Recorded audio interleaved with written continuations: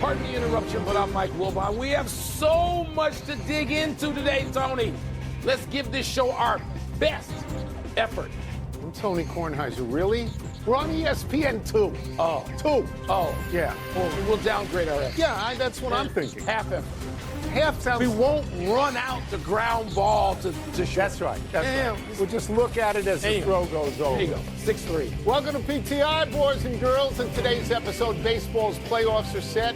College football's weekend was wild, and Europe retains the Ryder Cup. But we begin today with the NFL, and we are searching for the best win of any NFL team yesterday. And notice I said best win. That eliminates the Cowboys and the Packers, who tied, but we will get to them later. Wilbon, let me refresh your memory. Among the winners were the Chiefs, the Eagles, the Rams, the Giants, your Bears, the Lions, and the Steelers in Dublin. So who had the best win? Only one of those teams went out there. And those, they're good wins, particularly anytime you went on the road. But I'm not going to start with the Bears at Raiders, even though that made me happy. I'm going to go to a guy that won at home in his very first start as a rookie. Are you doing this to me again? What? Do you want to look at these notes? Are you doing this to me again? Yes, I apparently am. Oh. Because Jackson Dart, Tony, here's what I was impressed by. He's just he seems like a big, tough, rambunctious, fearless kid. You like his dance in the end zone? And the dance I was a little annoyed with. But I like the way he ran over people. He's going to break his right throwing hand attempting to stiff arm people. That's not the smartest move. But, Tony, they were winless. They benched Russ. I don't think this is going to work at all. They're playing the San Diego Superchargers, and I thought that was going to be 4-0. They beat a team that hadn't lost a game, and they hadn't won a game. Yeah, that's right. I don't know how you start with any other win than that. So this is exactly how I felt when I learned that this was a story that we were going to do. I'm not going to say the Giants are a good team because they're not a good team. No, but this is a big-time win because the Chargers were undefeated and appeared to be a juggernaut, and the Giants beat them, the Giants who hadn't done anything. And it was the coming-out party of Jackson Dart, as you say. Now, he got a win. I'm not saying he was great, but he was good enough, and I think Brian Daboll has to say to himself, why did I wait until Game 4 to throw this kid out there? I thought the second-best win was the Lions. And I know that the Lions? Yeah, I'll tell you what. Lions are at home. I understand they beat the Browns, right? The Browns are not a good team. But what happened last week with the Browns? The Browns, if I'm not mistaken, smothered the Packers. Yes, they did. And everybody said they had the best defense in the entire league.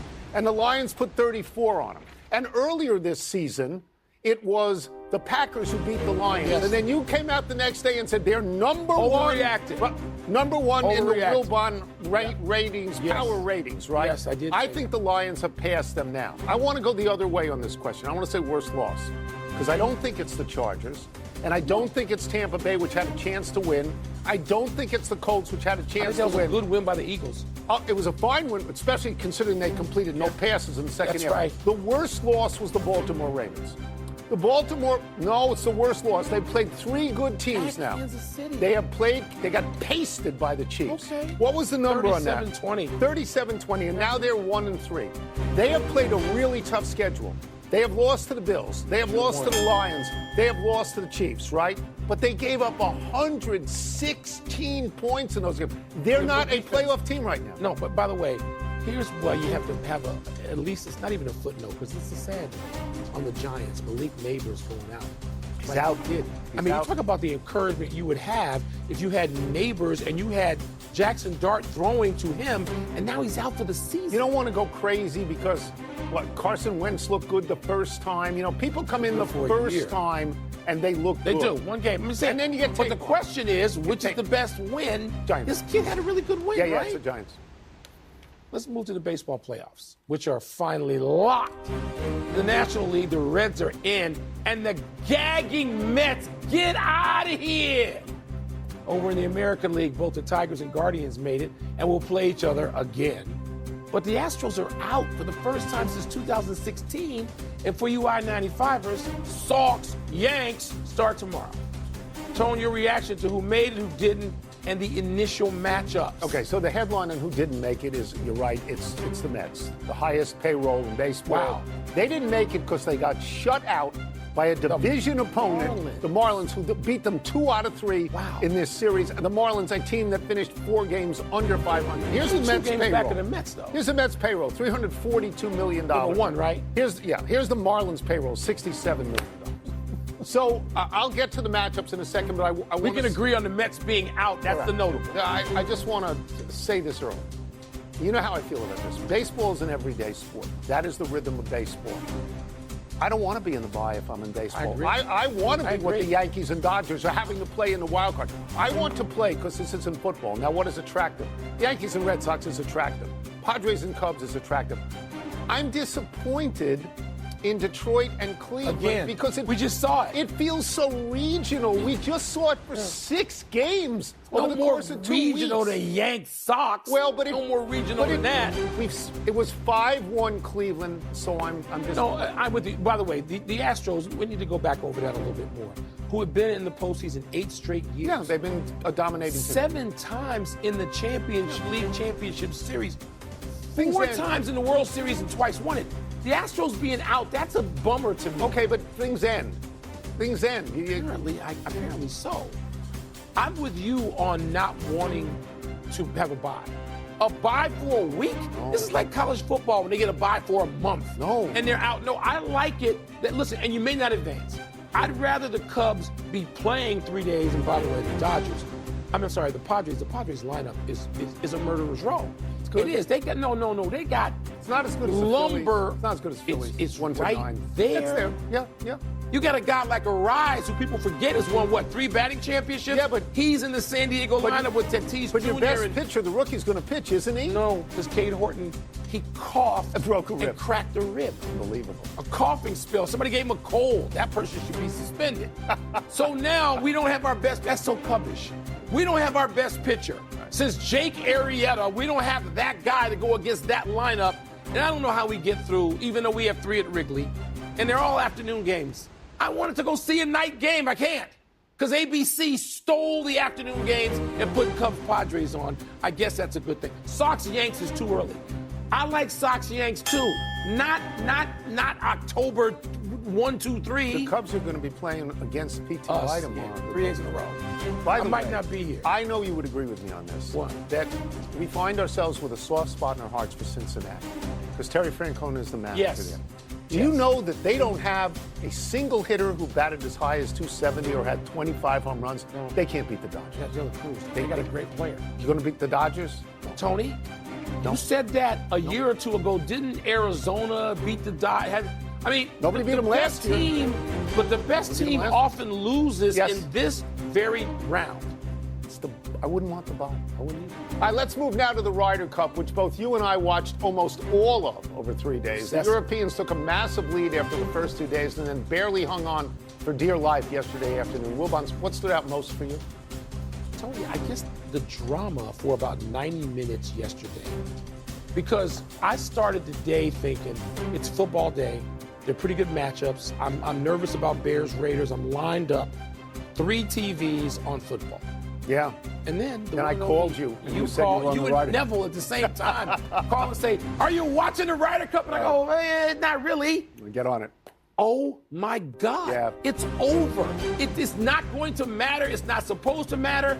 We're supposed to sit here and talk about how the United States got drubbed in the team competition and they couldn't make it up. And for a moment, it looked like the greatest comeback ever. Yeah, it did. And so that it started with Cameron Young hitting the birdie on 18 and beating Justin Rose. And then Justin Thomas birdie on 18 and beat Tommy Fleetwood. Unbelievable. And then Bryson DeChambeau made up 5 strokes and had the match. And then Scottie Scheffler, who was 0-4 to that point, finally wins. Beat Rory on 18. And you looked at all the red on one side and you said, could this actually happen? But Shane Lowry said no. Shane Lowry said no. But you know what? There's so many notable things, including the U.S. dominance. The European dominance on Friday and Saturday. Also, we have to talk about the crowd misbehaving. Thank you. And Tom Watson. Thank you. If you don't want to listen to us or anybody else, the great Tom Watson went to social media to say, no, this is wrong. I thought about this, and I thought that I was happy that I didn't actually go in person, that I watched on TV. Because had I gone in person, I would have been repulsed by the actions of the crowds. There's no place in sports to have chance of cursing at a player and his family. And throwing a beer Yeah, I at can't do somebody? that. Rory McIlroy was treated abysmally. And part of this is the PGA of America, right? That they ginned up, they deliberately orchestrated and ginned up a thing that had a jingoistic feeling to it. And what I thought to myself was a lot of these people that are screaming at Rory McIlroy are the same people who cheered for him in Augusta when he completed the Grand Slam. They don't go to Augusta.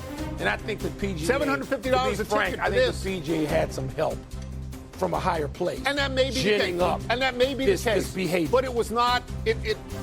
It overshadowed, not completely. But it was so out of place. But it was a part of it. It was. Yeah. But the golf, You can cheer, you can performance- boo, you can't curse. No, you can't. And throw stuff. This could have been in a studio with silence and the drama of it. And I guess part of it, the partisan nature and the passion certainly That's okay. adds to it. That's and by the way, okay. the European players, see, they've won like what? Like 5 out of the last seven or something like that. So you know what? First of all, Rory played great the first 2 days. Rahm played great the first 2 days. Fleetwood and Lowry played great. I read with interest and looked at with interest the fact that the captains, Luke Donald and Keegan Bradley, put DeChambeau and Rahm out there the first 2 days in every match they could. And that's saying, I don't care that you're on the LIV Tour. You're still great. They shouldn't care. You're still great players. And they shouldn't care. The other thing that got to me, Shane Lowry is from Ireland. He won the British Open. You'd think that's the biggest thing in his life. He said this. He said this was the biggest thing in his life. Okay, but 3 of the majors are played in the United States. The Ryder Cup always seems to mean more to the Europeans. It does. They gotta come. They gotta leave home to play in 3 of the 4 majors. Well, most of them live in Florida, so they go crazy. actually do. Most of them in Florida. At least but they part of it. seem to do the team thing better than we do. They do the team. Let's take a break. Coming up, how should Micah Parsons feel about his return to Big D? And Virginia pulled a huge upset, but was that the most compelling result of the college football weekend? You know what I would do if I was running the Ryder Cup in the United States? What? I'd hire Luke Donald to be my captain. He seems to know how to do You it. know where he lives? Chicago. That's right. So I'd cooking with the common folk. Let me see what's first in this mailbox. Here we go. Man. How should Micah Parsons feel about his return to Dallas? That's it. That's all. A tie? And thankfully, he said it afterward. He talked about how that defense, which he's supposed to lead and be the Hall of Famer and be Reggie White Jr., they gave up 40. So no, you can't feel great about that. I know we got this semi-sack for 0 yards on Dak, and they talked about that like it was, the greatest sack of all time.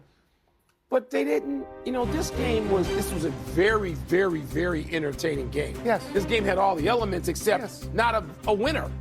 And so the Packers, what does this mean? I watched the Cowboys last week. I know how bad that defense is. Right. The Packers figured to go down there and win that game just like the Bears beat the Cowboys last week. Now they're 2-2.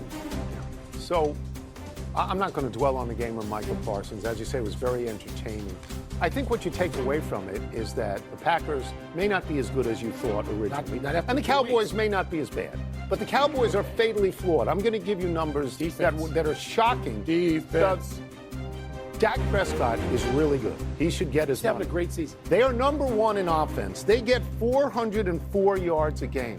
They give up 420. They're last. You get 404, you give up 420. It's bad math. Yeah. It doesn't work. Yeah. Dak Prescott is going to end up being this year's Joe Burrow. He's going to get 35, 38, 41, and they're not going to win games. You know the happiest guy in the joint was yesterday? Jerry Jones, because he didn't lose to Micah Parsons. Well, he did, but you know lose. what? And I know the Packers are 2-1. They're 2-2 in my book. Right. Okay? Right. Because that's a loss for them. I agree. That's how it has to feel. And by the way, so that's the Browns and Cowboys. One team that can't play offense and the other that can't play defense, and they couldn't beat either one of them. Can't play. So, cheeseheads. I'm glad I was wrong on the cheeseheads. Early jump to conclusion. You did. Putting them in Overreaction. in February. College football, what was the most compelling result of the college football week? Okay, there are a lot of good things to talk about. Ole Miss is now 5-0. They beat LSU with a D2 transfer quarterback. Virginia beat Florida State. What? Virginia beats Florida State. And once again, James Franklin and Penn State lose to a top 10 team. They lose to Oregon. But it was an overtime. James Franklin at Penn State now 4-21 against top 10 teams. But the number one thing is Alabama. Alabama goes to Georgia, wins that game. You said that would never happen. It was going to be a I run. apologize to Booker McFarland. That's right. Who came on this show and killed it. Okay. And I did not. Okay. So, Kalen DeBoer comes back with Alabama. He is now, I believe, 16-3 against ranked teams throughout the course of his career. He's not James Franklin. But Kirby Smart... He can't beat Alabama no matter who's coaching. Kirby Smart's 1-7 against Alabama, 0-2 against DeBoer. Kirby Smart's overall record is 107-13. So that half means his losses are to Alabama. So that means that Alabama is his kryptonite in the way that Michigan is Ryan Day's kryptonite. Yeah, no, I agree with you on that, but I'm not giving that the number one result of the What are weekend. you giving? The number one result of the weekend is Ole Miss beating LSU, I think, or Penn State. This is supposed to be the year. You're a Big Ten guy. You're just going. I am a Big Ten guy, and I will say this. I thought Oregon was going to win that game comfortably. That did not happen. No. But for Penn State, it was a boring game for a half. It was a boring 3-3. It was a boring And Penn game. State needed to win that